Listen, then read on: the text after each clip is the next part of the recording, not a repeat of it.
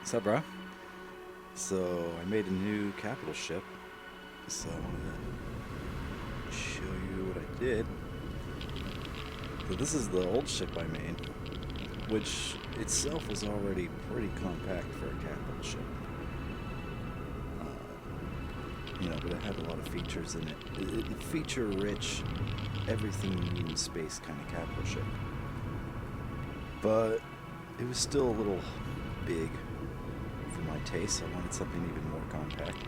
So I went ahead and tried to make the smallest, most useful capital ship I could think of. Here it is. I call it the SKIFF. And basically, it's just a warp drive and a landing pad for the smaller vessel, since you want to use those, they get better speed in space.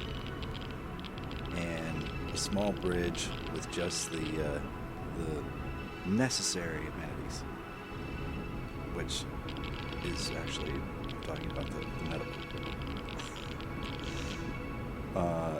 So I did a couple of cool things for this, though,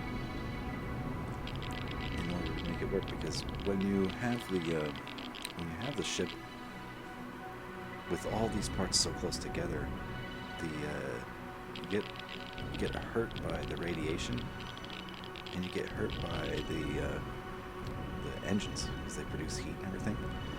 So unfortunately, there's no way to stop that from happening when you're inside here.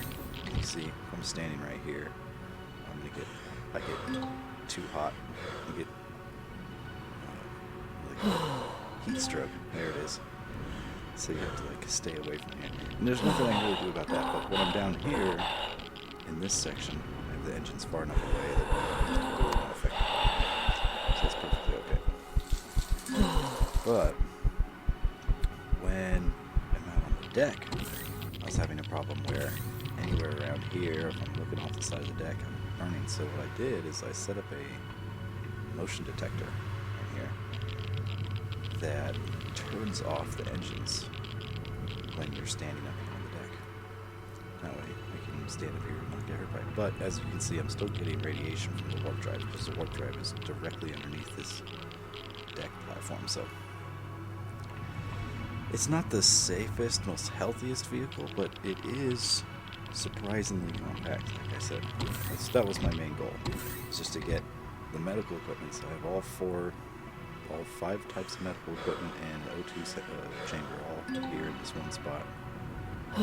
Bathroom and shower, bed and teleporter, and of course dancing girls.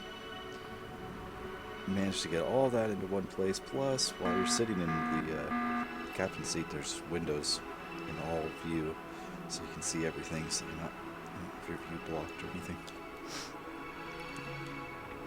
And I painted it a bit, spice it up.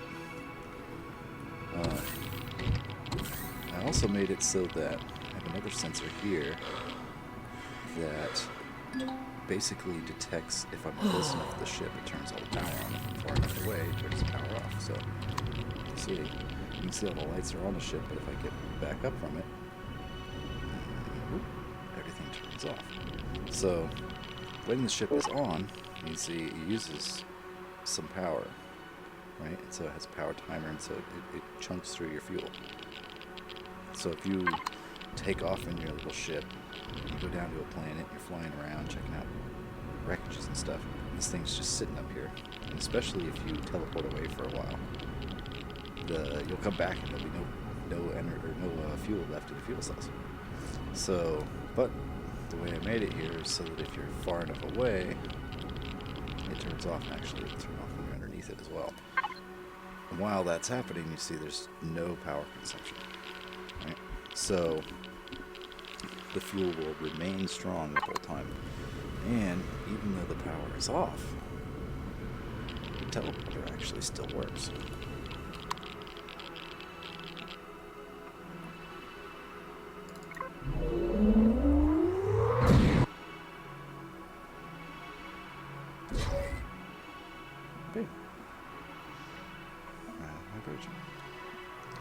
And I also set up the teleporter on a little detector as well, so that it doesn't waste power while you're not using it. So just when you walk up to it, it'll turn on. And if you walk away, it turns off. Or same thing, because if you look, the amount of power. It's actually less than I thought it was. Teleporter says 6 KPU. Oh, okay, I thought it was 12. Still, with the teleporter on, just sitting there on, even if you're not using it, it sucks up a ton of power. If you see, look at this. It says 51 minutes left in the power, right? But if I walk away from it, 9 hours, 36 minutes. That's still at 0.6 K, so it's 10 times more power being abused when the teleport's on. So yeah, so it still functions as even while it's off in order to receive you. So you can teleport to it while it's off. And then I also use the signal logic. The signal logic to make it so that the teleporter power, as you see, it has like a little delay. The teleporter power will also turn on the large generator. So normally, where is it here? See, so configure signal large generator on follow. So this generator will turn on if either the bridge power or the teleporter power are turned on. That's what this means. So 2 times or. So bridge power, which is this sensor, which is anywhere that I'm within the range of the ship, or if you walk up to the teleporter. So for some reason I'm standing on here, and I've turned off the power. Right, let's see. Boop. So I turn off all the power. I no longer have any power, even though I'm standing within the detection range of this signal. There's no power, so normally you wouldn't be able to use the teleporter, but if I walk up to it, oh shit, I could be wrong. Well, it was working yesterday. Okay, scratch that. We've got some shit to figure out. This needs to still be on. I don't know. In any case, it was kind of working. And the oxygen in here seems to work too. Let's see, keep my helmet off, not die, and then if I walk out, even